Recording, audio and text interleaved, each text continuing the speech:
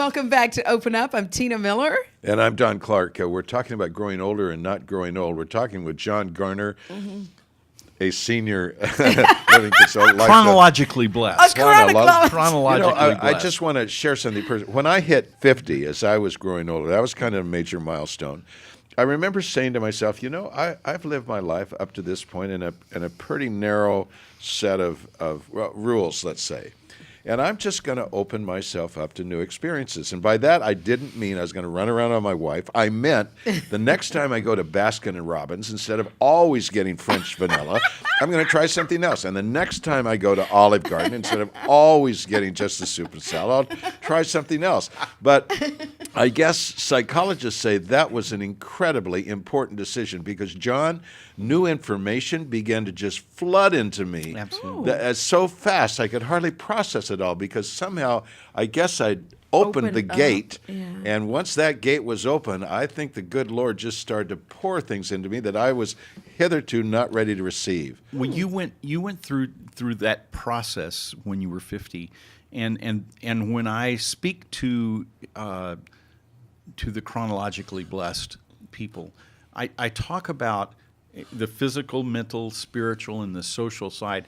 And as we transition into that chronologically blessed group of time in our life and that time that we share with this, it is most important that we become intentional, like you became intentional in the direction that we're going. Okay. That we actually make a plan as to what we're going to do. When we go to Olive Garden, we're not going to order the same thing. We're not going to have the same kind of ice cream. But intentionally do things in the area of our physical life, spiritual life, our social life, and our mental life. All of the areas we need to think about how is it that I can get older without getting old. And we have to become intentional with that. Tina, for me, it's I'm not going to wait till tomorrow. I drive by a road. Someday I'm going to see where. No, today I just turn the car around and this is it. And what kind of car is it that you turn around now?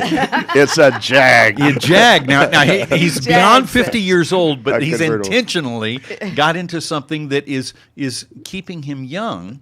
Yeah. In that, so fulfilling. And it's not a midlife crisis. No. This is called the chronologically blessed intention of your life that you are going to do something special. I actually told my son, Josh, I said, if I buy a Corvette, it's just going to look like an old guy trying to be a young guy. But if I buy a Jag convertible, it looks like an old guy really enjoying his old age. And that's exactly and I what think you do. I think you do. Well, John, you are really helping me. I love this. John, speak to the whole wasted time of trying to stay young. By that I mean not healthy, but to be hip and trendy and wear the same clothes we wore when we were young and all of that stuff. How do we just gracefully accept our age and forget, trying to be something other than what we are at that point and celebrate and move forward in abundance in that stage of our lives? I think we had spoken about moving from looking at it as the age being the issue of our life to and celebrating the fact that we have the opportunity from being the age of the community to being the sage of the community. And the community in which we live is our family. Is those that in our churches or synagogues or wherever we find ourselves socializing. It's in our grandchildren. It's in those people that we have adopted into our lives that we want to share something with, and that becomes more important to us than fighting to look like we are something. And I think that it there again, it's going to take an intentional focus on our part to say, what is it that I really want to share with the world and my world as I grow older? There's a book that's out. It's called Halftime, and the gentleman that wrote it was looking at the football games, and they say, at a football game, you play the game, you play your heart out and everything, but you come to halftime and you go, okay, how are we going to end this well?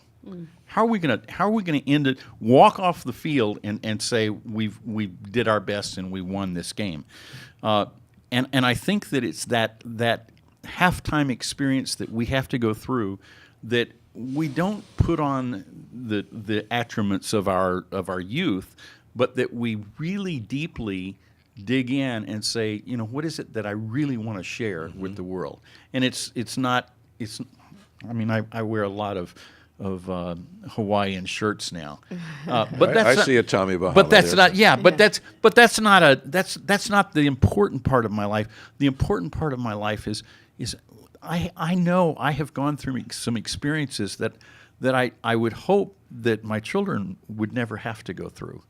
I have gone through some experiences that I hope that my children would go through, and so we begin to intentionally set ourselves in a position and posture ourselves in a way that we can share that which is the most meaningful in our life.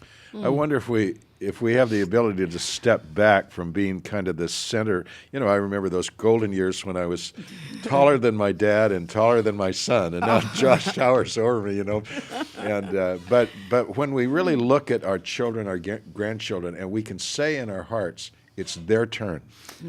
It's their turn. Let me share with you a poem. This is by the great philosopher Shel Silverstein. I don't know if you know Shel, but he writes children's books, and this is called "The Little Boy and the Old Man." Said the little boy, "Sometimes I drop my spoon." Said the old man, "I do that too." The little boy whispered, "I wet my pants." "I do that too," laughed the little old man. Said the little boy, "I often cry."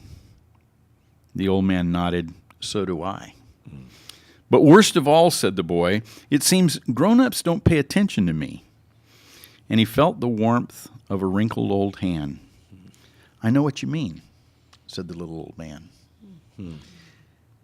And I think that the reality that you're talking about, the reality of being in stature as human beings, being in stature above the children, above those that are the elders of our community, that we live in that way. Some of that is just going to be natural, and some of it we need to know where our place is as we do become chronologically blessed. For instance, in the poem, the little old man, he realized that he could grasp a hold of the child, whereas maybe he wouldn't be noticed by the other people that were standing above him and taller in his experience. But I think that part of that is our intentional realization of who we are, where we fit, and see the wonderful saging experience that we can bring to our community and to those people around us. But it's going to take some real intention on our part to make that happen, a plan. Larry Hallam is still in the studio with us, our first guest. Larry, do you have a question for this man? If you do, just let me know. Hey, John, when I was only 9 or 10, there was a famous painting, maybe you see it, and it was an old guy, grizzled beard, kind of a plaid Mackinaw shirt, and he's sitting at a humble little table, and there's a bowl of soup in front of him and a little loaf of bread. And I remember always looking at that picture and saying, even at 9 and 10, I'm going to be like that man someday. I'm going to be just like that man someday. Have you ever had that experience? I know that I look at people, and they're not the somber people. Our guest that was here before talking about the 4th of July and the Constitution and everything. I